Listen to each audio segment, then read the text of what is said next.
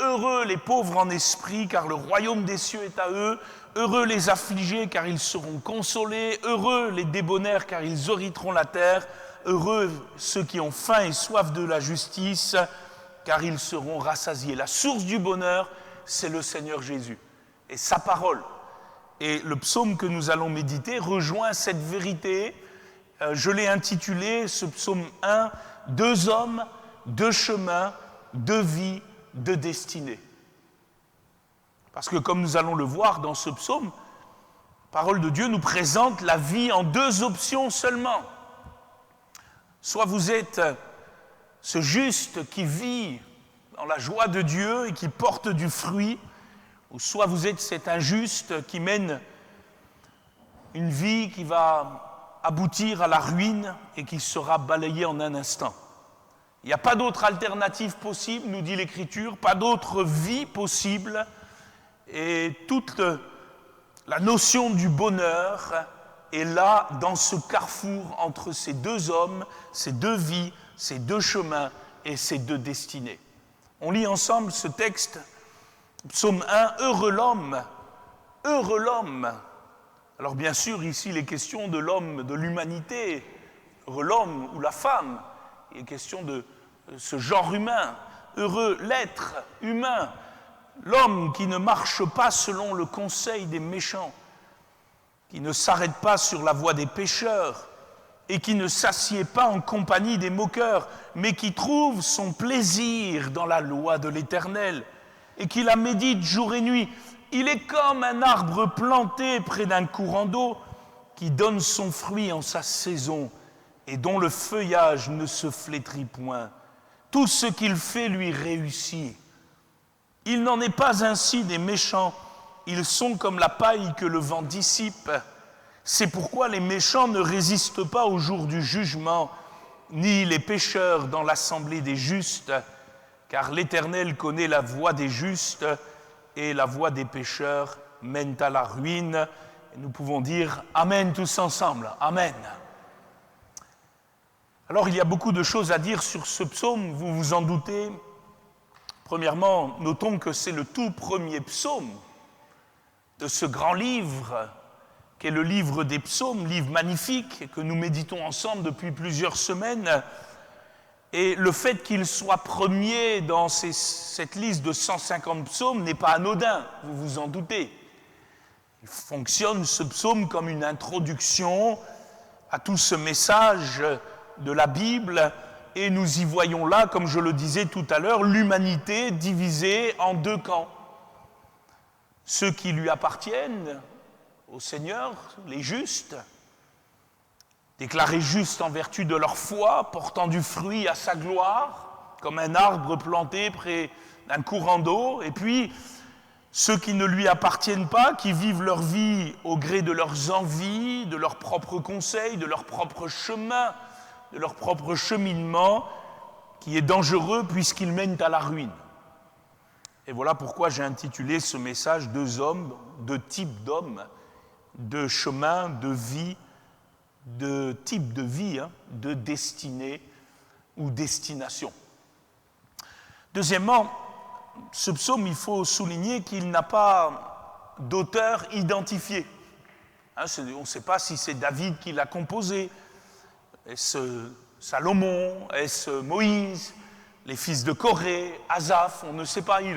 Ces auteurs, on les retrouve dans les psaumes. On sait quels cantiques sont attribués à David, quels cantiques sont attribués aux fils de Corée, à Asaph. Mais voilà que le psaume premier n'a pas d'auteur identifié, comme pour nous dire que son message est intemporel.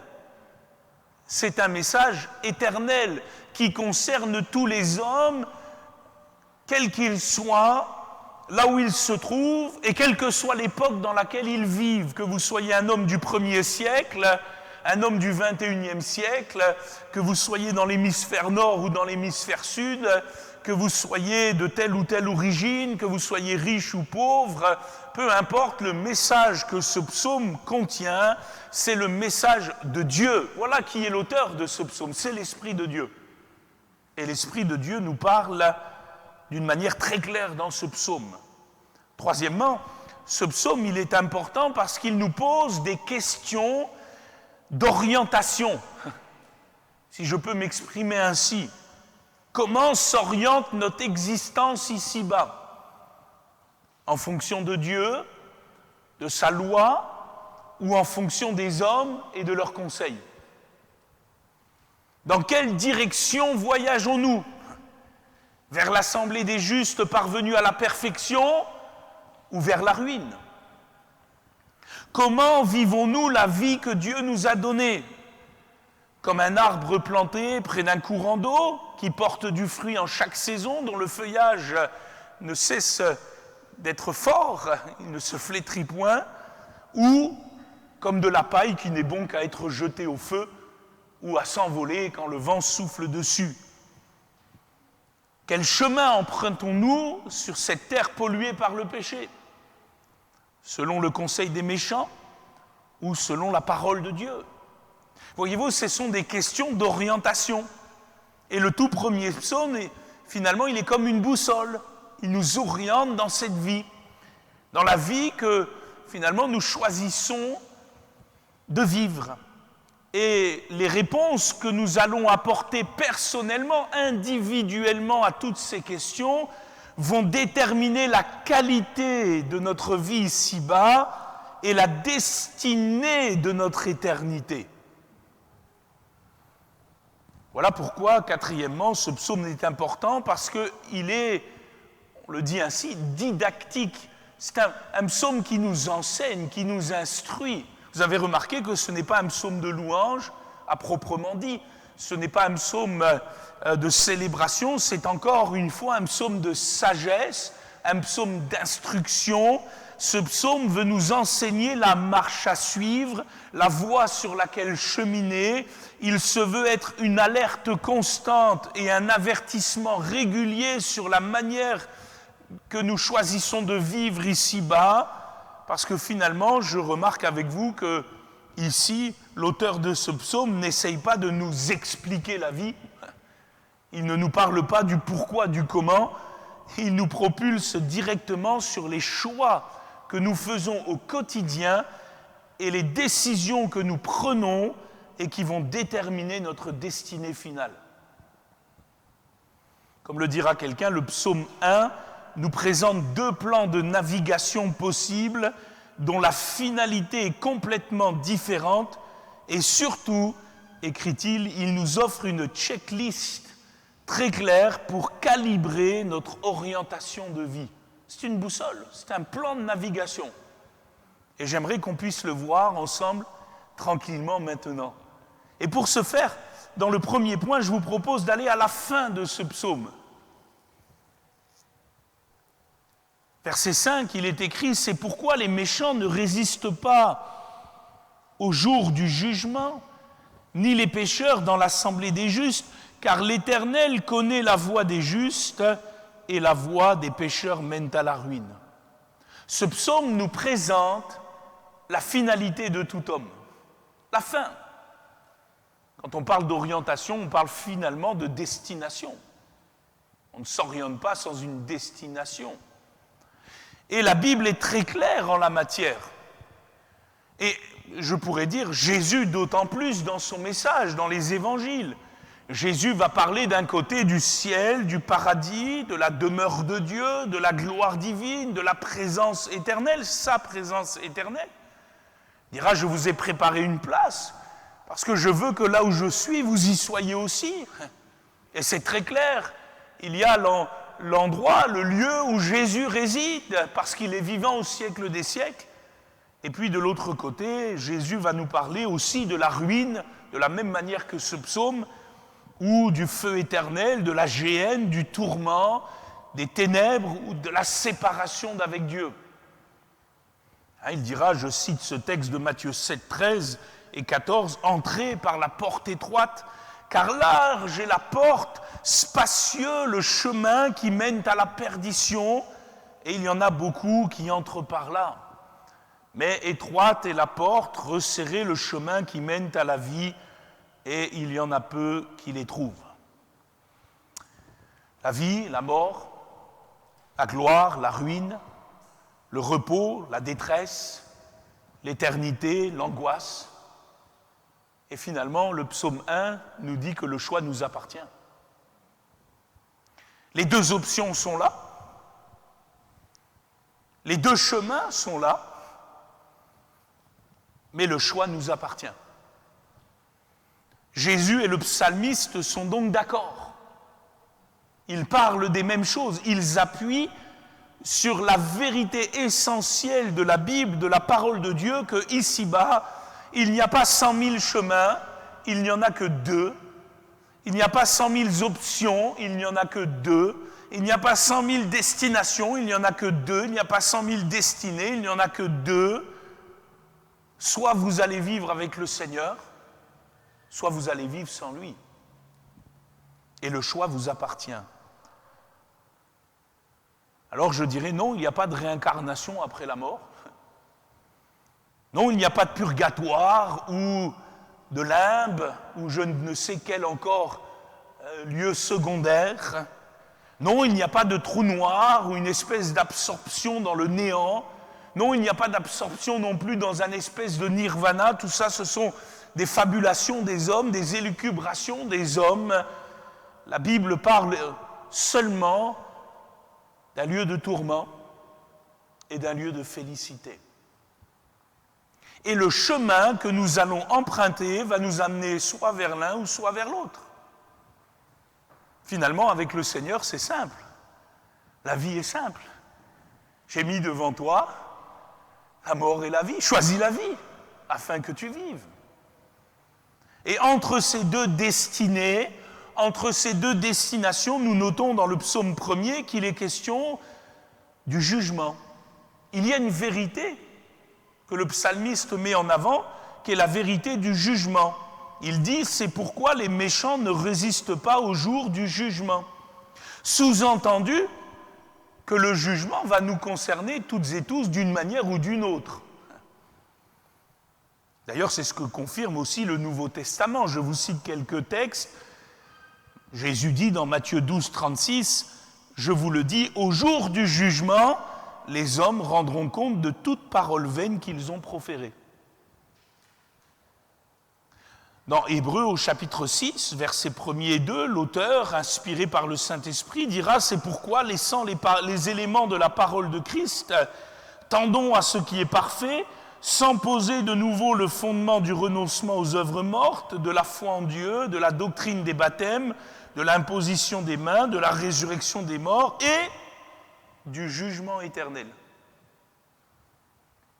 Il ajoutera dans le chapitre 9, versets 27 à 28, « Et comme il est réservé aux hommes de mourir une seule fois, après quoi vient le jugement, de même Christ s'est offert une seule fois pour porter les péchés de plusieurs, une seule fois pour porter les péchés de plusieurs, apparaîtra sans péché une seconde fois à ceux qui l'attendent pour leur salut. » L'apôtre Pierre aussi parlera de la même vérité, 1 Pierre 4, 17, « Car c'est le moment où le jugement va commencer par la maison de Dieu. » Oui, frères et sœurs, vous qui êtes au Seigneur, le jugement, il nous concerne aussi. Il va commencer par la maison de Dieu.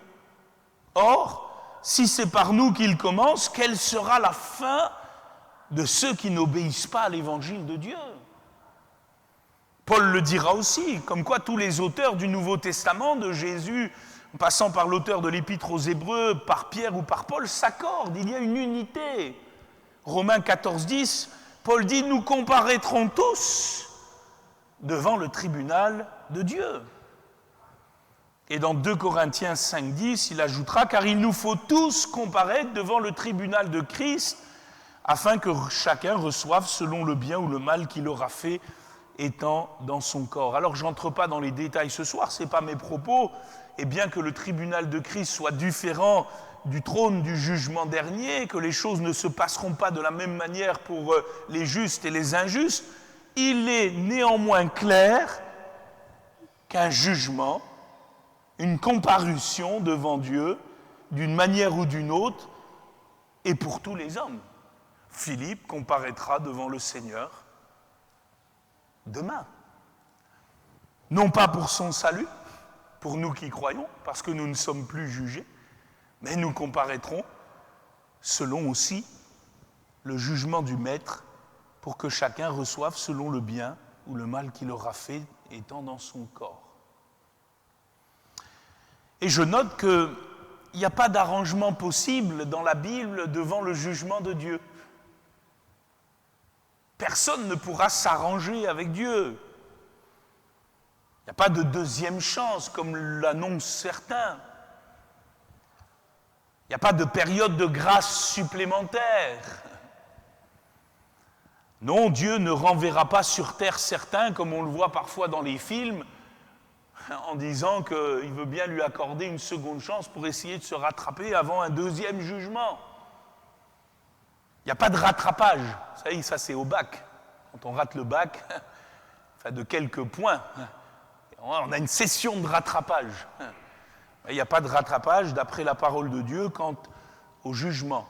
Et c'est pour cela que le psaume 1er est important, parce que c'est ici-bas, en fonction du chemin que nous empruntons et de la vie que nous menons, que se décidera l'issue de ce jugement.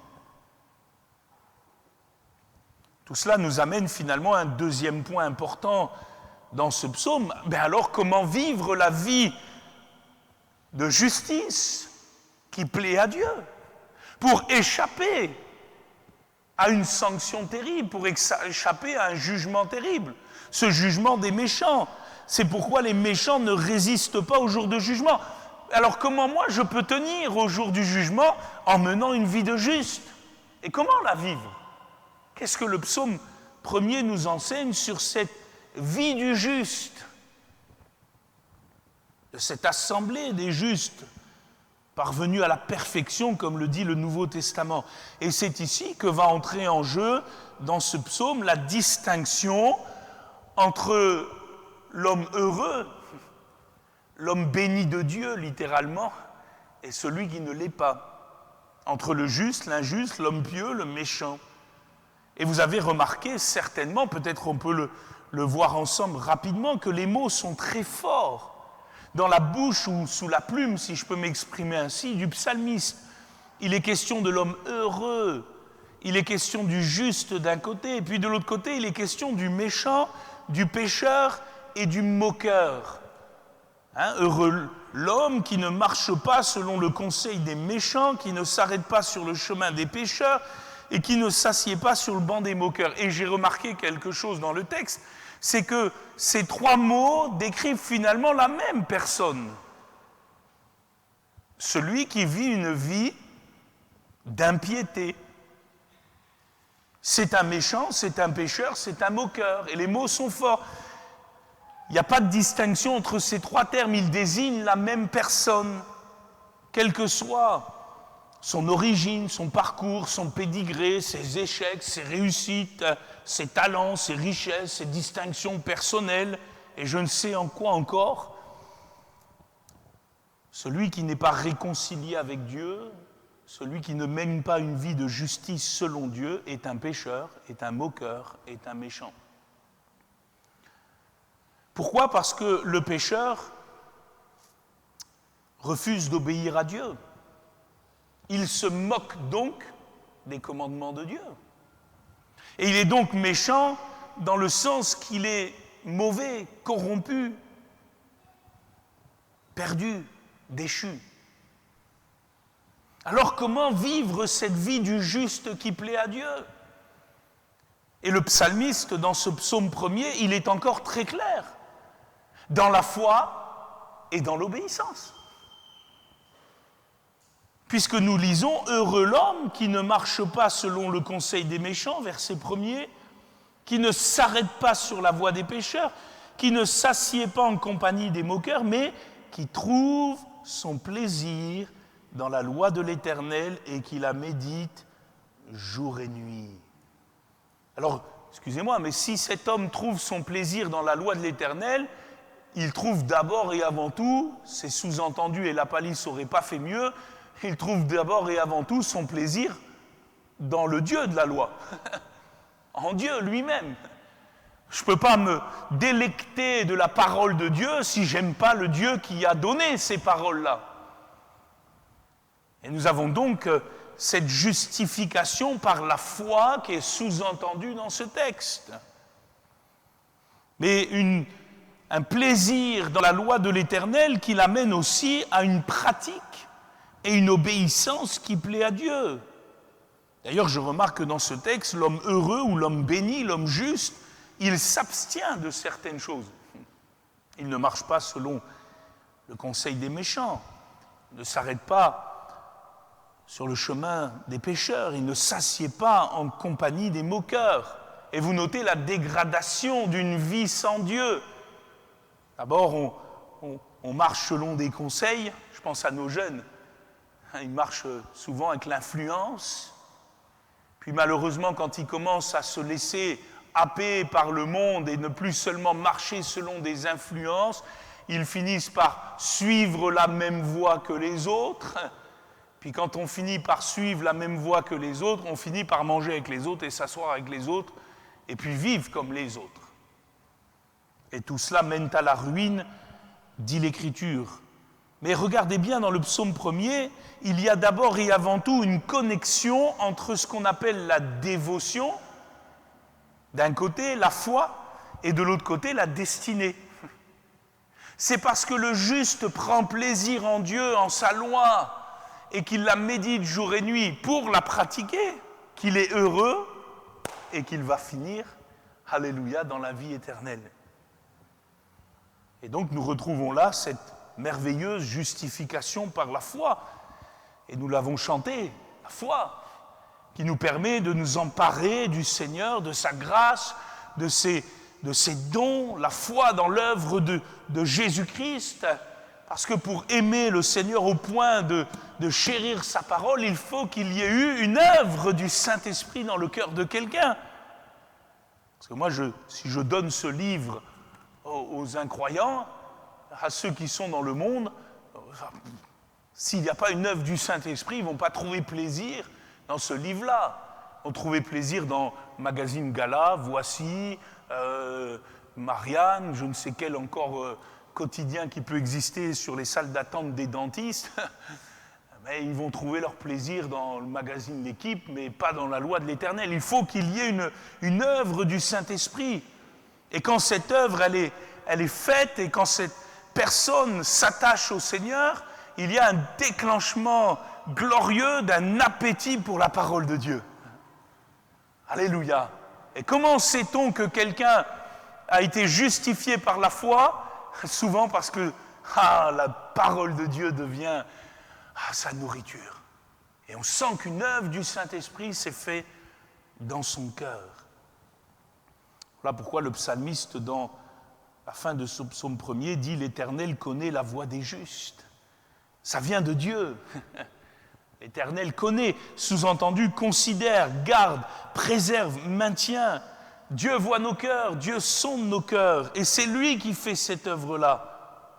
Voilà pourquoi Jésus disait aussi « Croyez en Dieu et croyez en moi ». Ça démarre là, dans la foi en Christ, la foi dans le Seigneur.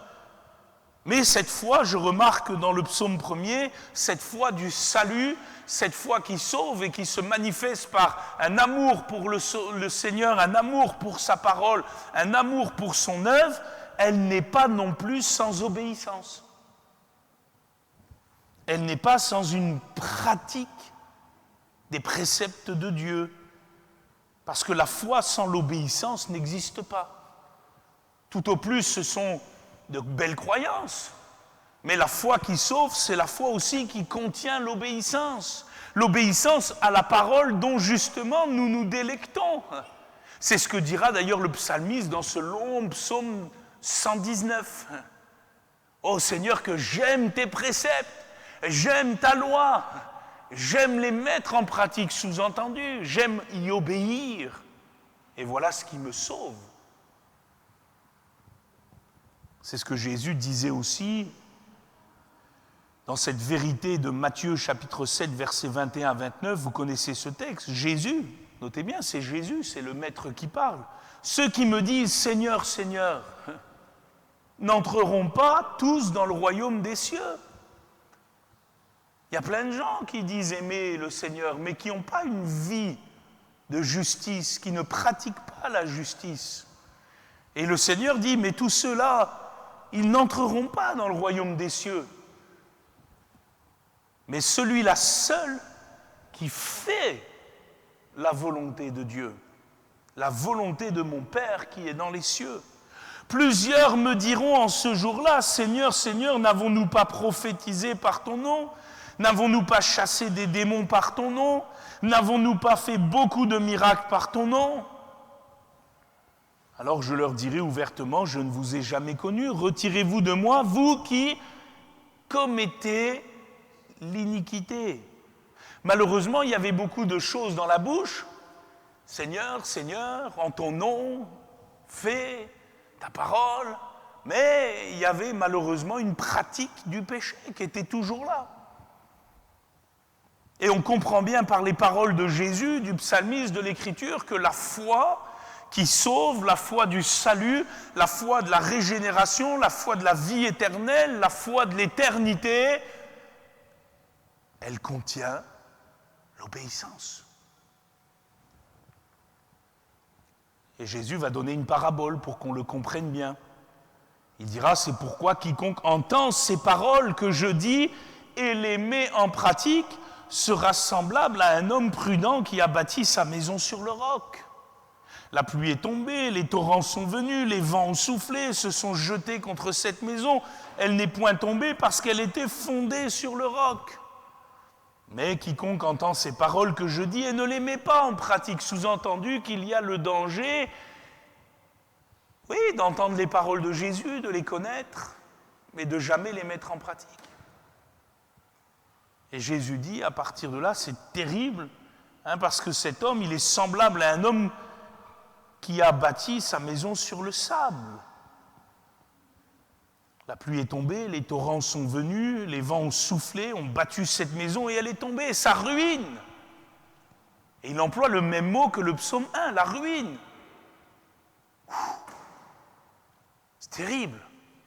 Moi, ma prière, c'est de ne jamais être un chrétien de nom, d'étiquette seulement. Parce que je ne fais pas mieux que le méchant. La distinction, elle se fait dans l'obéissance à la parole de Dieu. Sa ruine a été grande.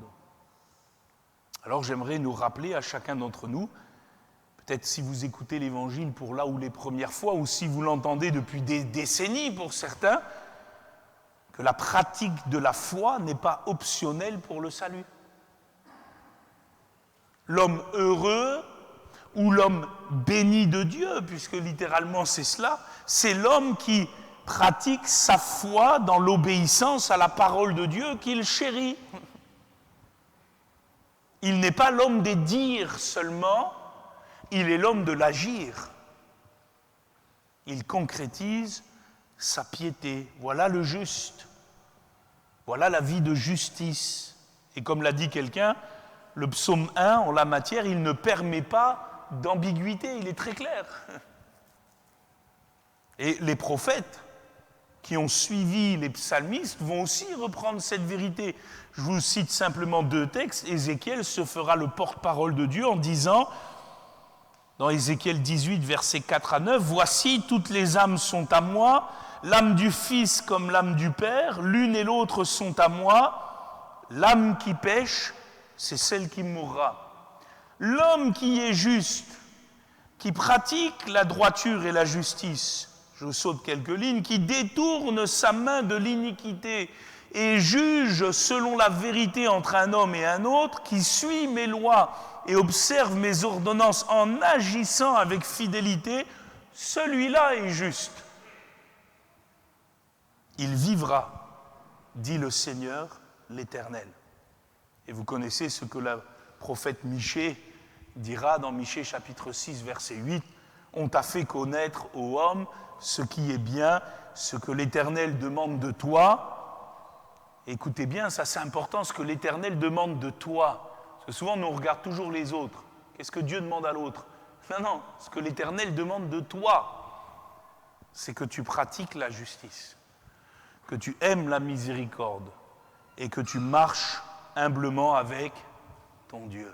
Vous avez remarqué dans ce texte que pratiquer, aimer et marcher, ça fait un. Vous ne pouvez pas dissocier ces choses-là. Si je dis marcher avec Jésus-Christ, alors j'aime et je pratique. Si je dis aimer Jésus-Christ, alors je pratique sa justice et je marche humblement avec mon Dieu, vous comprenez? Si je dis pratiquer la justice, alors forcément j'aime la miséricorde et je marche humblement avec mon Dieu. C'est un tout, c'est la foi qui sauve, c'est la foi du juste. Et par l'Esprit de Dieu qui vit dans le juste, il peut vivre ces choses. Amen. Dans la grâce du Sauveur. Alors il reste encore dans ce psaume premier, finalement on a vu la fin et le début, hein. Il nous reste le milieu. Et le milieu, c'est une image frappante, ce qu'on appelle une métaphore, hein, une image frappante de la différence entre un juste et un injuste. Au verset 3 et 4, hein, il dit, cet homme, le juste, il est comme un arbre planté près d'un courant d'eau qui donne son fruit en sa saison et dont le feuillage ne se flétrit point. Moi, j'aime beaucoup cette phrase-là. Alléluia. Dieu veut que notre vie chrétienne soit constante. Alléluia. On n'a pas à se flétrir dans le temps. On ne veut pas être des chrétiens rabougris, qui étaient tout vaillants au départ et puis qui, à la fin... Non, le feuillage ne se flétrit point. Tout ce qu'il fait lui réussit. Il n'en est pas ainsi des méchants, ils sont comme la paille que le vent dissipe. Et vous avez remarqué que l'image, le contraste, il est évident. Un arbre d'un côté, planté près d'un courant d'eau, on sent qu'il y a des racines qui se sont développées, qui vont puiser dans ce torrent, et puis il porte du fruit, il est vigoureux, certainement il est fort, il est stable. Vous avez un arbre, c'est une image du juste. Puis de l'autre côté, vous avez une vulgaire paille, littéralement la balle, hein, quand on sépare le grain du blé, et puis il reste cette coque, cette paille, vous savez, dès lors que le vent souffle, il n'y a plus personne. Et voilà la différence entre ceux qui vivent avec le Seigneur, qui marchent avec le Seigneur, qui obéissent au Seigneur, qui sont irrigués du Saint-Esprit, parce que ce courant d'eau, c'est l'Esprit de Dieu. Jésus disait, un fleuve d'eau vive jaillira de son sein, irrigué par l'Esprit de Dieu. Et puis de l'autre côté, cet homme méchant, son propre maître, qui est comme de la paille, prêt à être jeté au feu. L'image, elle est saisissante. D'un côté, il est question de fruits, et donc de durabilité dans le temps, de choses qui passent. Puis de l'autre côté, quelque chose qui en un instant va disparaître. Le fruit d'un côté, délicieux, désirable, précieux. La paille de l'autre, sèche. Vous avez déjà mangé de la paille, vous? C'est les animaux qui mangent la paille, hein. C'est pas très bon, hein. C'est pas très délicieux. Et d'un côté, quand le vent de Dieu va souffler, sous-entendu le vent du jugement, va souffler, il ne tiendra pas. Le prophète Jérémie va compléter cette métaphore. Il va la reprendre, si votre Bible est ouverte, on pourrait lire ce texte de Jérémie 17, versets 5 et 8, et j'ai bientôt terminé, avant qu'on prie le Seigneur. Jérémie 17, versets 5 et 8, il va reprendre cette image du psalmiste. Et il va dire, ainsi parle l'Éternel, maudit soit l'homme qui se confie dans l'homme, qui prend la chair pour son appui et qui détourne son cœur de l'Éternel. Il est comme un misérable dans le désert. Il ne voit point arriver le bonheur. Il habite les lieux brûlés du désert, une terre salée sans habitants. Il est comme ce buisson. Vous savez déjà, il n'y a pas de fruits au buisson, hein. Jésus le disait, on ne peut pas cueillir des fruits sur des ronces et des épines. Mais béni soit l'homme qui se confie dans l'Éternel et dont l'Éternel est l'espérance. Il est comme un arbre planté près des eaux. Tiens, on se demande si Jérémie n'avait pas lu le psaume 1er. Oh, certainement, il le connaissait. Comme un arbre planté près des eaux et qui étend ses racines vers le courant. Ça nous parle ce soir à nous qui connaissons le Seigneur, les qualités de nos racines, où on en est dans ces racines, ces choses invisibles mais qui sont dans nos cœurs. Quant à l'Évangile, il n'aperçoit point la chaleur quand elle vient, parce que la chaleur, elle viendra pour tout le monde, le jugement viendra pour tous, il va même commencer par la maison de Dieu. Et son feuillage reste vert, et moi j'aime beaucoup l'interprétation finalement du psaume 1 par Jérémie. Dans l'année de la sécheresse, ça vous arrive d'avoir des années plus compliquées que les autres? Ouais, même en tant que chrétien, parfois c'est des années un peu... 2020, elle aura été une année un peu... Mais dans l'année de la sécheresse, il n'a point de crainte et il ne cesse de porter du fruit. Amen. Amen. Malgré les épreuves, malgré les difficultés, malgré les combats, malgré les luttes, je peux quand même porter du fruit pour le Seigneur. Alléluia, parce que je suis un juste qui mène une vie de justice et qui étend mes racines dans ce courant de la vie de Dieu, de la vie de l'Esprit. Et je suis béni. Alors, ça pose de grandes questions à chacun de nous, certainement, peut-être à celui ou celle qui a besoin de faire la paix avec le Seigneur. Quelles sont nos racines spirituelles? Sont-elles en Christ? Sont-elles plus fortes aujourd'hui qu'hier? Est-ce qu'on connaît vraiment le Seigneur? A-t-on plongé nos regards dans la loi parfaite, la loi de la liberté, pour être affranchi de son péché, et puis surtout pour être transplanté dans le royaume de lumière du Seigneur et vivre selon ses attentes? Est-ce qu'on marche encore selon le conseil des méchants? Est-ce qu'on accomplit les désirs de notre chair, les convoitises de notre chair? Est-ce qu'on a encore quelques ténèbres? Sur quel chemin cheminons-nous? Parfois, le diable voudrait aussi nous ramener sur l'ancien chemin, n'est-ce pas? Il voudrait nous faire dévier. Est-ce que je lui résiste? Pourquoi? Parce que finalement, et elle est là, la conclusion, elle est toute simple. Mais si on veut, à la fin, finir avec le Seigneur, il faut être trouvé parmi les justes. Il faut être trouvé, compté parmi les justes.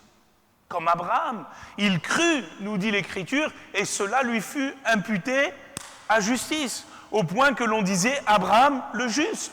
Il a la foi. Excusez-moi, mais pas une foi en paille, pas une foi de pacotille, mais une foi réelle, vivante, vibrante.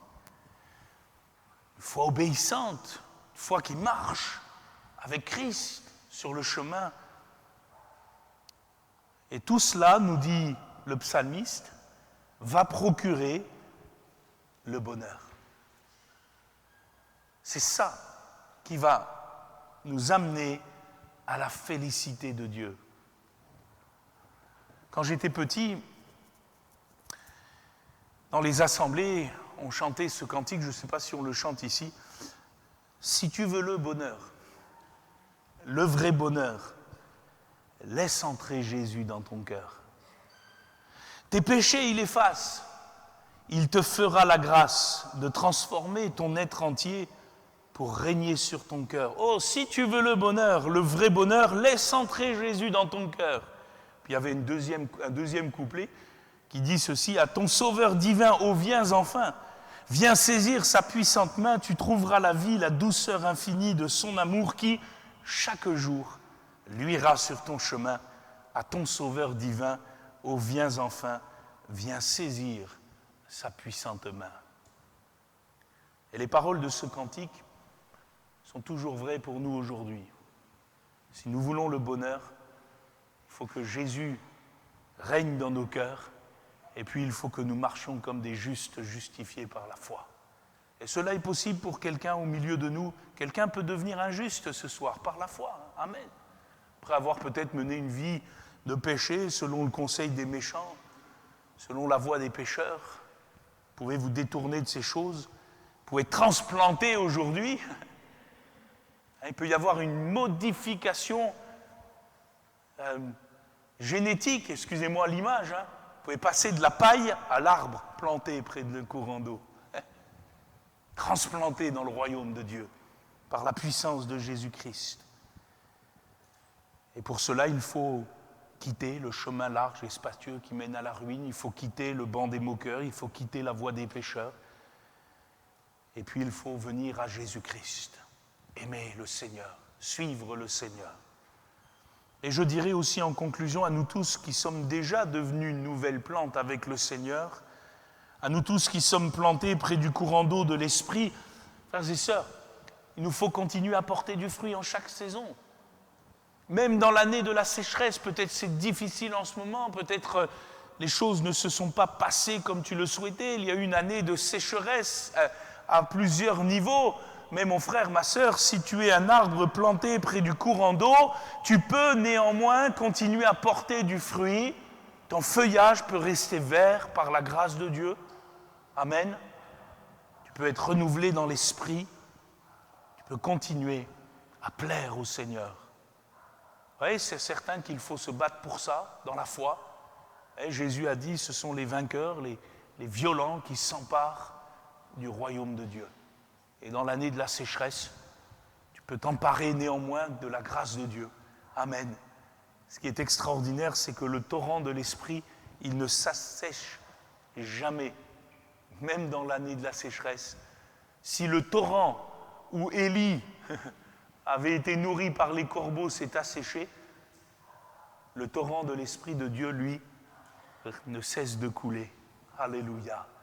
Il peut faire chaud dehors, l'Esprit de Dieu peut rafraîchir ton âme et tu peux continuer à étendre tes racines et à porter du fruit. Alléluia. Nous allons prier le Seigneur ensemble. Je vais demander à nos musiciens s'ils pourraient venir jouer ce cantique. Merci pour ta parole, lumière donnée aux hommes, qui nous fait connaître le cœur de Dieu. J'aime ta parole, Seigneur. Et peut-être ce soir, vous qui connaissez l'Évangile comme ce psalmiste, est-ce que vous pouvez trouver encore votre plaisir dans la loi de l'Éternel? Vous pouvez dire, Seigneur, renouvelle en moi cette faim, cette soif de ta parole. Amen.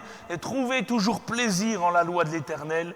Et puis peut-être quelqu'un au milieu de nous qui ne connaît pas le Seigneur, peut-être un jeune qui a besoin vraiment de se démarquer pour le Seigneur. Ce soir, l'occasion est encore donnée, pendant qu'on va chanter ce cantique, que dans votre cœur, vous choisissiez le Seigneur. Alléluia. Heureux l'homme qui choisit le Seigneur. Heureux l'homme à qui les péchés sont effacés. Heureux l'homme qui marche plus comme les autres, mais qui marche avec